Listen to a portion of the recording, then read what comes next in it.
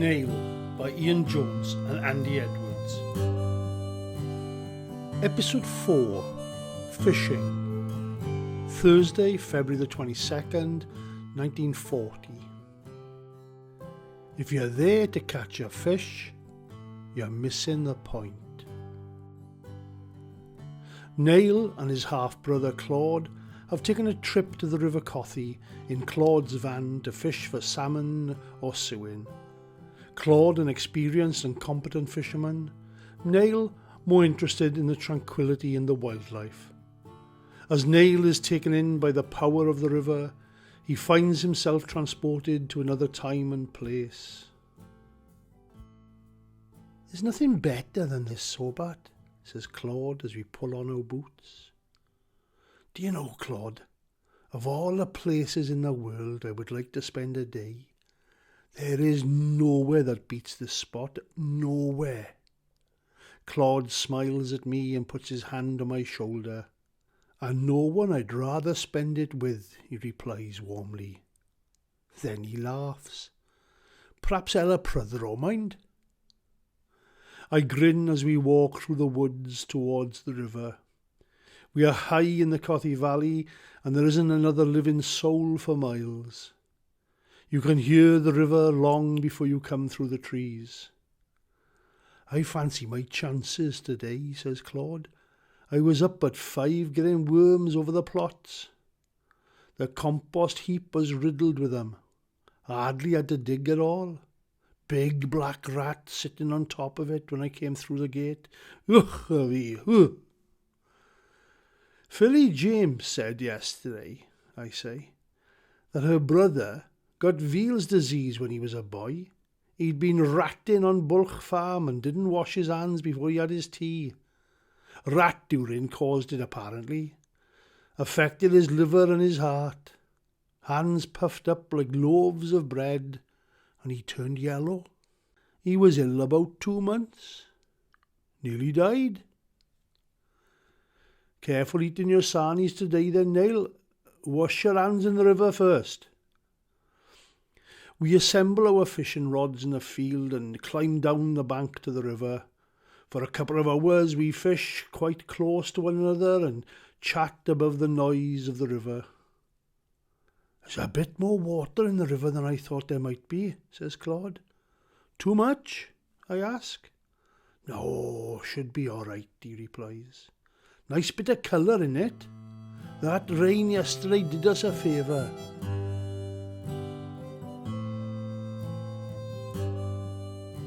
The morning drifts into afternoon. We wash our hands in the river before eating our sarnies, and Claude catches 40 winks on the soft grass of the cow field. A couple of cows come down to see what's going on, but I shoo them away with my fishing rod. Bloomin' cows, bad as nosy Owens. The afternoon passes without a bite. I put my rod and line safely on the top of the bank, sit on the grass, smooth grey stones in front of me. The river dances and crashes over the run, and its chorus fills the air. Birds begin to sing as they begin to roost in the trees above the opposite bank. A murder of crows screech goodbye to the daylight and drown out the songbirds. "Best hour now," says Claude, and heads off to fish the holding pool at the top of the run. I've given up on the fish. They're too canny for someone as naive with rod and line as me. I sit and watch the river, sit and listen. My senses are filled by the offerings of the valley. The river dominates and dictates everything that happens here as the water rushes south in its relentless search for the sea. The trees cling to the bank and bow forwards in homage. We are all under her control. I glance to where Claude is sitting high above me on the raised bank 20 yards upstream. "Hey!" I shout, but my words are lost in the cacophony of the crashing water. He's dangling a worm into the holding pool, sitting motionless, waiting. focused on the point where the line enters the water, ready to strike. Beneath the surface, the worm wriggles to release itself from the hook, which has been carefully threaded through the length of its being, slowly drowning as it baits the prey. Unlike me, Claude knows what he's doing with a fishing rod, and is here to catch a sewin or a salmon. I didn't come here to catch a fish. That doesn't mean I haven't tried, but if you're only here to catch fish, you're missing the point as far as I'm concerned. I'm here for the river, for the serenity, for the peace of mind. I haven't caught a fish on the Cothi for years, but I still come as often as I can. I love it. The smells, the sounds, the wildlife, the scenery. I lie back and stare up at the sky. The light is fading, and the fat dusk is clearing her throat. I close my eyes and breathe deeply through my nose. I open them again and stare into the quickly darkening sky. The river explodes over the rocks and thunders through the valley, smashing everything in its path. The noise is deafening, and only the screaming crows can be heard above it.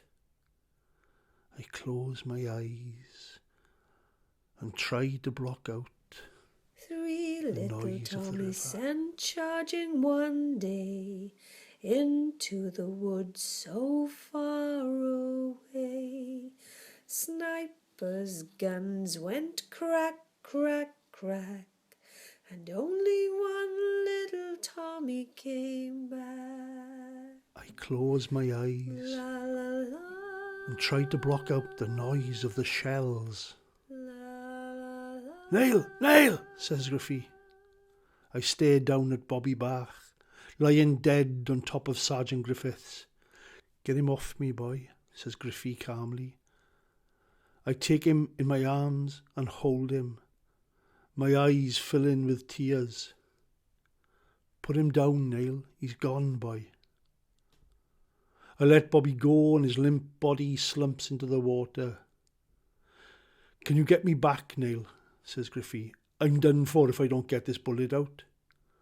I look at him, say nothing, but straining every sinew, summon up the strength for one final bid for survival. I heave him over my shoulders with my arms wrapped tightly around his legs. I struggle to my feet and brace myself before breaking the lip of the crater and starting to run as fast as Griffey's dead weight will allow me, back towards the edge of the wood and into the field beyond. The bullets whistle around us as I throw him into the half-trench that we'd been lying in not 30 minutes earlier. He lands with a thud on his back. I gasp for breath and kneel in the freezing mud. "You all right, Sergeant?" I say. He doesn't reply. His eyes are wide open and a trickle of blood is oozing from his mouth as he rests, dead on the mud and chalk. "Griffey!" I cry, and roll him onto his side. His back and head are riddled with bullet holes. Bullets meant for me. "Griffey! Griffey!"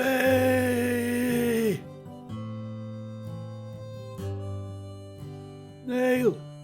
Nail!" screams Claude. "Bring the net! I got one on." I scramble to my feet and up the bank towards him. The fish leaps from the river, then contorts itself in a lunge towards the reeds. Skillfully, Claude controls the line and guides the desperate fish back towards the centre of the river. He loosens the reel and allows it to pull away downstream before holding it taut at the head of the run. The fish is beginning to tire and it turns, just breaking the surface of the water. A flash of silver and then down again into the dark, forcing its way into the murky depths. As I watch, Claude begins to reel the exhausted fish towards the bank. Its head is now above the water and the line is tight. It makes one last desperate attempt to free itself from the hook buried deep in the soft flesh of its mouth, straining every sinew to summon up the strength for one final bid for survival. But it's to no avail. The hook has pierced the fish's skeleton, and no amount of struggling will free it from its barbed captor. "Get the net in underneath it," Claude shouts. Even though I'm within a few feet of him, the river is so loud I can still barely hear him. I wedge my left foot behind a large rock. One slip here and it won't be just the fish that's fighting the power of the river. I dip the net into the water and wait for him to guide the fish into it. It's lifeless now, resigned to its fate. The struggle is over and it lies limp in the net as I raise it carefully out of the water. "Sewin or salmon?" he shouts. "I don't know," I reply. "What's the difference?" He doesn't answer. I carry the fish in the net up the bank and back through the trees into the field beyond, hook and line still attached. Claude is waiting. He lies his rod and reel flat, then kneels on the grass and holds the fish steady while using a small pair of pliers to remove the hook. "Oh, that's right in deep," he says, tearing the fish's flesh as he pulls out the hook. "Sewin? About 2 pounds, nice.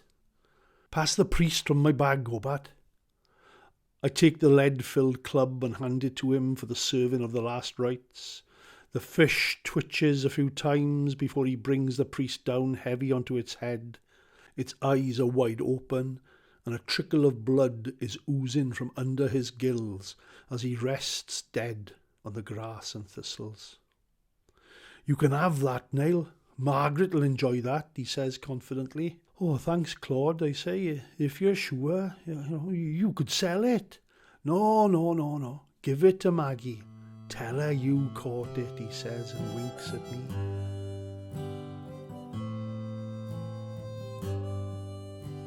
It's getting dark, so we pack up our kit and Claude forces a piece of string through the fish's bleeding gill and into its mouth, then ties it to his belt before we head through the woods to the van. "Happy with that," he says. "Worth the trip." We clamber through the trees in the half-light and load up. The fish is wrapped in a newspaper and is laid carefully in the footwell. "Pint on the way home," Claude suggests. "Well, why not?" "Ploughing Gum, perhaps. I went there once with Daisy. She loved it." "She'd have loved that fish too," I reply. "Aye," says Claude. He smiles and we drive away. Behind us, the river explodes like artillery shells in the darkness.